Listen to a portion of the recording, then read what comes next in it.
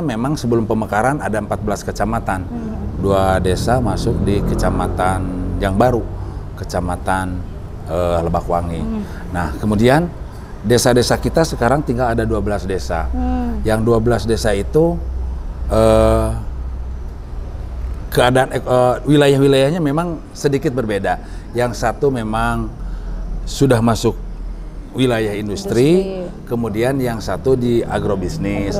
Kemudian ada yang kemudian juga ada yang menjadi wilayahnya wilayah komplek perumahan.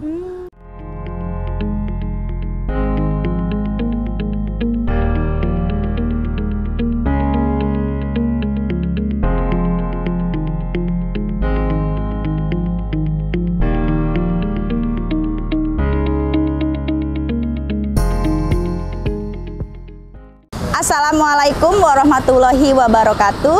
Bertemu lagi dengan saya Warneri Putri dalam program OMAT, obrolan camat, hanya ada di Camat TV, membangun, menginspirasi. Sahabat Camat TV, kali ini saya berada di Kecamatan Kragilan. Saya akan ngobrol-ngobrol dengan Pak Camat, apa saja potensi yang ada di Kecamatan Kragilan ini. Yuk kita ketemu Pak Camatnya. Assalamualaikum. Waalaikumsalam. Waduh, Pak Camat. Satu lagi. Sehat, Bu. Masih di kantor? Iya, belum kebetulan pulang. memang alhamdulillah nih masih ada Bu Sekmat, kemudian ada sebagian staf yang memang pada hari ini kita lagi disibukkan dengan perencanaan hajat besar. Oh, ada apa? Iya. Rencana kan kita sama-sama tahu bahwa tanggal 14 itu hari kasih suara. Kasih suara, bukan kasih sayang. Iya, biarkanlah yang muda-muda buat kasih. Tapi tetap yang muda juga yang punya hak pilih harus memilih, mengasihkan suaranya. Mengasih suaranya juga. Gitu. Dan memang itu harapannya kita semua bisa datang tepat pada waktunya di TPS untuk menyampaikan, memberikan kasih suara. Iya, pemilu damai. Pemilu damai, pemilu yang berkeadilan, yang memang dirasakan manfaatnya oleh semua. Betul sekali. Pak Camat, hari ini saya mau ngajak ngobrol-ngobrol nih sama Pak Camat. Boleh dengan Bu Sekmat? Iya. Ya. Kita di mana nih enaknya ngobrolnya? Kita boleh masuk ke dalam dulu sebentar. Mau pamer? Oh, bukan gedung juga baru sih. Nih, Pak. Ini alhamdulillah memang kita di awal 2023 lalu, sekira bulan April, saya diserah terimakan bangunan yang baru. Berarti ini baru umurnya baru setahun. Baru setahun. Lagi lucu-lucunya. Lagi lucu-lucunya. Orang lagi belajar jalan, pegang sana, pegang sini gitu. Ya, jadi lagi masih bagus-bagusnya gitu nih. Yuk kita lihat yuk. Gimana Pak? Ya, ini ruang pelayanan. Ini tempat tunggu para klien yang memohon pelayanan. Masyarakat ya. Iya. Tapi alhamdulillah mungkin karena ini udah sore, jadi masyarakat juga sedikit paham bahwa tutup pelayanannya. Bahwa kita menyelenggarakan. Ada apa aja nih Pak pelayanan di sini Pak? Di pelayanan berbagai hal yang menjadi kewenangan pelimpahan, ya pelayanan paten, ya. Tapi tentunya memang ini kita melakukan kegiatan ini sesuai dengan peraturan aja, ya. Iya, ada PBB ya. Ada PBB, kemudian penyelenggaraan mikro untuk kecil ini. Ya. Itu salah satunya. Kemudian ada berapa petugas pelayanan? Petugas pelayanan di kita memang dengan segala keterbatasan personil yang ada, jadi kita hanya menempatkan 4 orang di sini. Jadi pemirsa Camat TV, saat ini saya syuting tuh sudah jam 5 sore, jadinya sudah tutup pelayanannya, tapi tidak apa-apa. Kita keliling aja tetap sambil ngobrol sama Pak Camat. Seperti inilah kondisinya. Ini tempat-tempat pelayanan kita di sini. Sebagainya ada yang di ruangan atas, itu Bu Sekmat di atas, kemudian kesekretariatan di atas, termasuk juga briefing di atas. Dan ini ada ruang kasih terantib. Ini ruang kasih terantib. Jadi memang pada kesiapan sekarang dalam rangka pengamanan logistik menjelang pemilu ini. Ada beberapa gudang ya, gudang ya. Untuk tempat. Karena memang kita memastikan keamanan itu terjamin. Iya betul. Jadi kayak ada surat suara, kotak suara, terus biliknya. Hal-hal yang lain berhubungan dengan kegiatan pemilu. Teman-teman yang di PPK dan PPK. ya dan PPS. Iya. Kita Mana ruangan PPK-nya? Ruangan PPK-nya di sini. Oh, ini. Ya. Gimana PPK di Kecamatan Keragilan? Ya, alhamdulillah lancar, Bu. Lancar. Sekarang kita lagi menghadapi proses setting logistik. Di Setting bidang logistik. Kemarin yang datang baru apa tuh? Kemarin itu baru bilik suara, terus sama ATK yang di luar kotak suara. Kotak suara. Oh, di luar kotak. Kotak mah belum ya? Kalau kotak masih di gudang KPU-nya. Iya. Baru itu 2 ya? Iya. Oke. Ada berapa anggotanya di sini, Kak? Kalau untuk PPK dan sekretariat plus staf pendukung ada 10, PPK 5, sekretariat 3, stafnya 2. Kalau Oh. PPS 3 anggota PPS per desa dan 3 anggota sekretariat PPS. Ada berapa desa di sini? Ada 12. 12 desa. Oke. Lanjut, terima kasih ya. Ada tambahan 2, 1 UPT Dukcapil, kemudian yang satunya KB Oh. dari DKB P3A. DKB dulu nggak BKB PMP ya? Ya, dulu BKB PMP dulu, sekarang menjadi DKB P3A. DKB P3A. Oh, jadi ada 2 UPT. 2 UPT yang Sini. ada di Lingkungan lingkungan kecamatan. kecamatan. Terus kemana lagi sekarang nih Pak Camat? Ya, nggak apa-apa, kita ngobrol di aula Di yang aula? seperti ini. Boleh. Pak, kita udah duduk nih. Oh Ini iya. apa di aula nih? Ini aula kantor yang dibangunnya zaman Penjajahan mantan Belanda. Sekda Pak Haji Entus. Oh, Iya, ya. alhamdulillah ini beliau saya ikuti pernah di 2 tempat. Pernah satu tempat yang kebetulan tempat-tempat beliau pernah saya singgahi. Pak Entus Pak Mahmud. Entus Mahmud yang Sahiri. sekarang mencalonkan diri jadi calon Bupati Pandeglang. Mudah-mudahan ya. Mudah-mudahan tercapai. sesuai dengan cita-citanya Amin. beliau bisa terlaksana. Iya, Nah, gimana tuh? ini kantor ini dibangun menjadi perjuangan monumental lah. Sehingga memang bisa dirasakan sampai saat ini. Dulu pada saat saya bersama beliau di Pabuaran, beliau membangun masjid. Saya juga terlibat menjadi panitianya di masjid namanya Baitus Salamnya kalau nggak salah. Bikin masjid tuh Di di masjid kecamatan. dekat kantor kecamatan. Nah, kemudian alhamdulillah juga sepeninggal beliau pernah ke Pulau Ampel. Saya pernah juga di Pulau Ampel dan beliau pernah di sini. Ini yang menjadi warisannya, kenang-kenangannya. Saya juga alhamdulillah masuk di Kecamatan Keragilan. Ini alhamdulillah berarti sudah relatif lama lah. Jadi memang ini perlu perbaikan karena sudah menuntut perbaikan karena untuk pelayanan yang sifatnya rapat-rapat yang sekiranya memang bisa mengurangi budget bisa dilaksanakan di aula kecamatan, kenapa tidak? Kalau aula kecamatannya nyaman, pasti insya Allah ide-ide cemerlang dari masyarakat itu bisa bisa tersampaikan dengan baik. Iya. Nah Pak, kalau luas wilayah Kecamatan Keragilan berapa luasnya? Kalau luas wilayah Kecamatan Keragilan, kalau kita lihat ya, misalkan dari sepanjang jalan saja, panjang jalan nasional itu dari mulai jembatan berbatasan dengan Kibin, kemudian berbatasan di sana dengan Ciruas yang menjadi arahnya masuk ke Puspemkab kita, Kabupaten Serang, kemudian di sebelah utaranya sampai ke Tanara, Tirtayasa dan Tanara. Oh, batasannya berbatasan Keragilan? Kemudian berbatasan di sana juga dengan Kecamatan Carenang, berbatasan dengan Kibin, berbatasan dengan Cikesal, berbatasan dengan Walantaka, berbatasan dengan satunya lagi ada yang berbatasan dengan Ciruas? Enggak? Ciruas dan sebagiannya Kecamatan Bandung Pamarayan. Nah, oleh karenanya cukup relatif luas, tapi kalau dibanding dengan kecamatan-kecamatan lain sebetulnya tidak seberapa. Yang sebelumnya memang kurang lebih ya nyampe ke angka luasannya itu bisa jadi di atas 30 km persegi lah lebih. Kemudian kita sendiri dulunya memang sebelum pemekaran ada 14 kecamatan. 2 desa masuk di kecamatan yang baru, Kecamatan Lebakwangi. Nah, kemudian desa-desa kita sekarang tinggal ada 12 desa. Yang 12 desa itu keadaan wilayah-wilayahnya memang sedikit berbeda. Yang satu memang sudah masuk wilayah industri, kemudian yang satu di agrobisnis. Kemudian ada yang kemudian juga ada yang menjadi wilayahnya wilayah komplek perumahan. Nah, ini menjadi menarik untuk di Kecamatan Keragilan bisa mencoba mencari peluang usaha seperti apa. Nah, kita tahu bahwa perusahaan yang terbesar di Keragilan ini adalah Indah Indah Kiat, Kiat.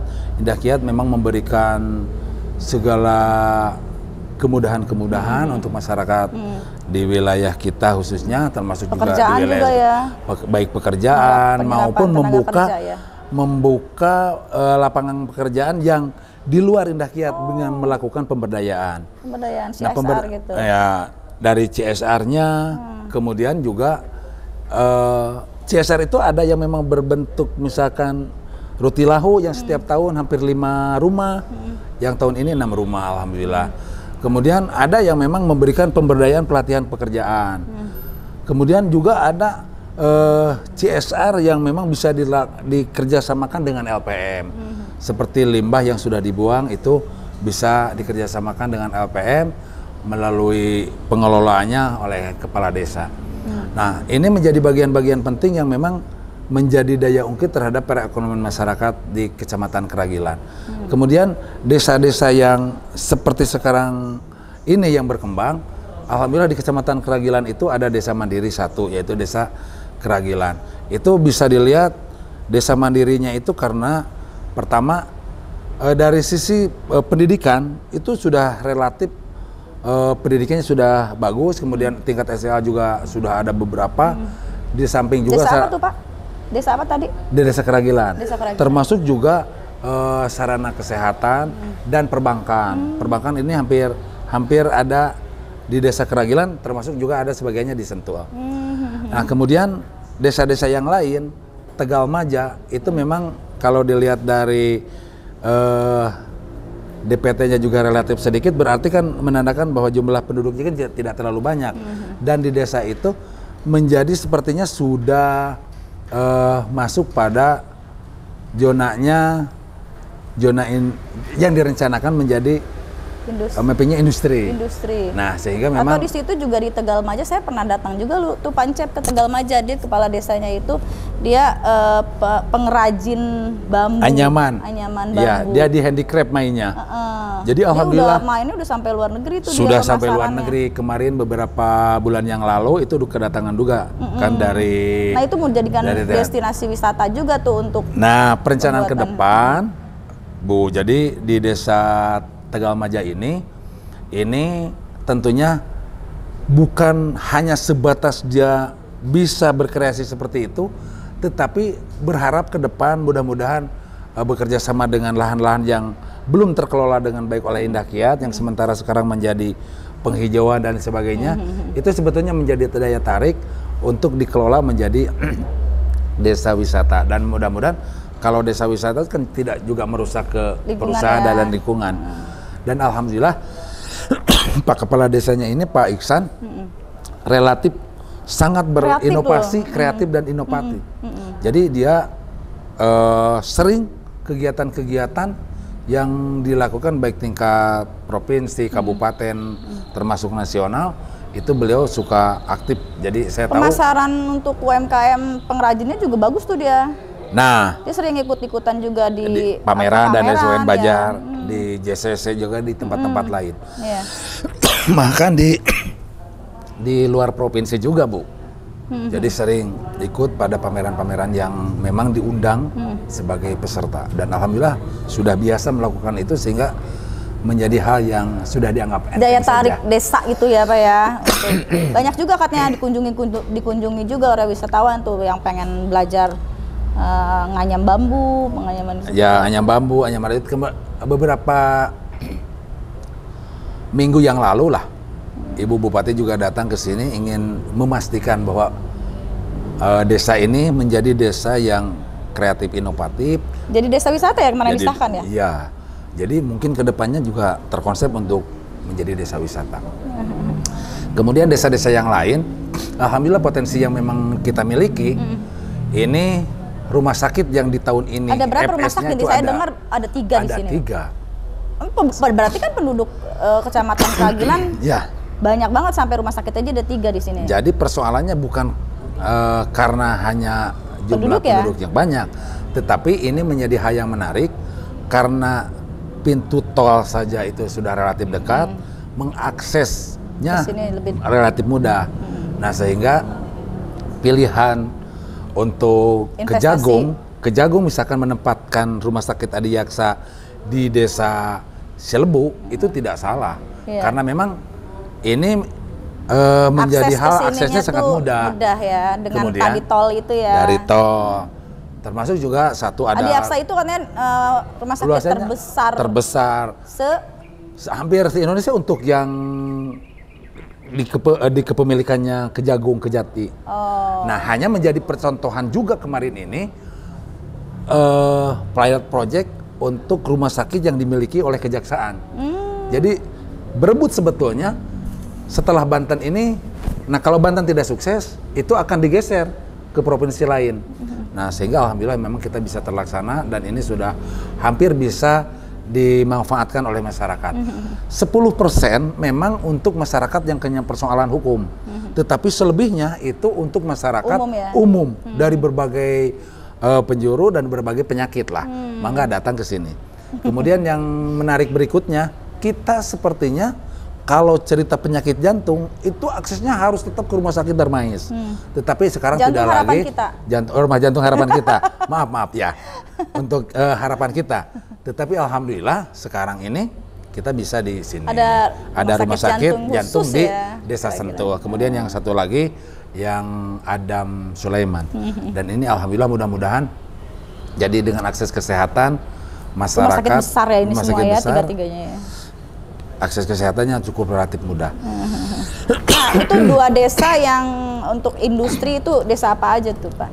Satu ya Desa Kragilan, keduanya Desa Sentul. Desa Sentul. Nah, kalau yang untuk agrobisnis tuh yang pertanian itu, berarti ini kan ternyata saya pikir Kragilan itu kan wilayahnya industri, berarti semuanya enggak, ternyata masih ada ya pertanian di sini. Desa apa? Ada jeruk tipis, kemudian duku, kemudian juga ada di desa sebagiannya Sukajadi, kemudian juga Cilebu.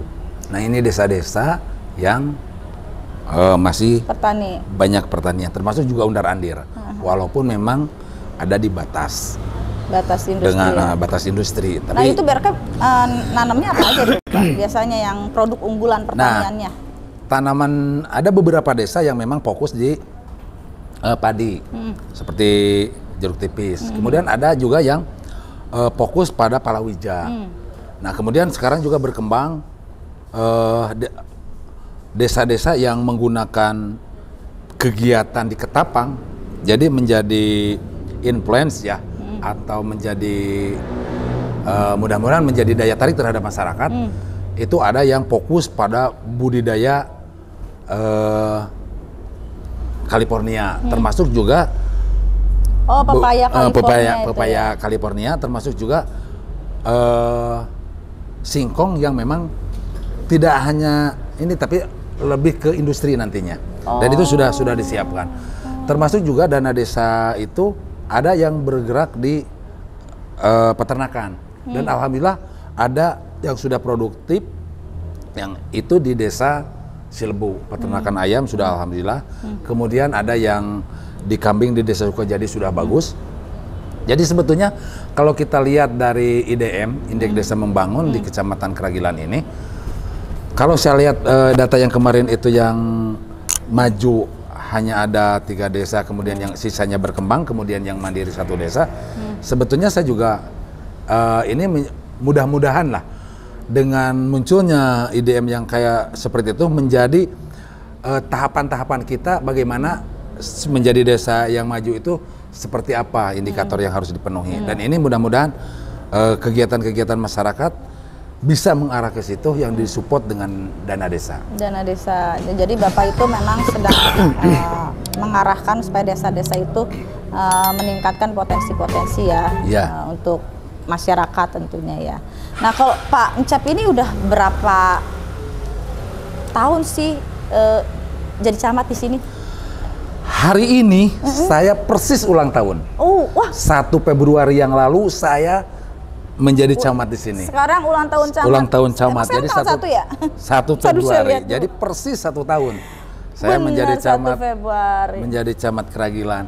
Dan alhamdulillah kita mencoba merangkai silaturahmi dari mulai secara tokoh formal, kepala desa, kemudian muspika, RT RW, dan tokoh informal, alim ulama, kemudian orang-orang yang berpengaruh, dan itu menjadi bagian silaturahmi bagaimana menyatukan, kemudian mendengar aspirasi yang diutamakan seperti itu.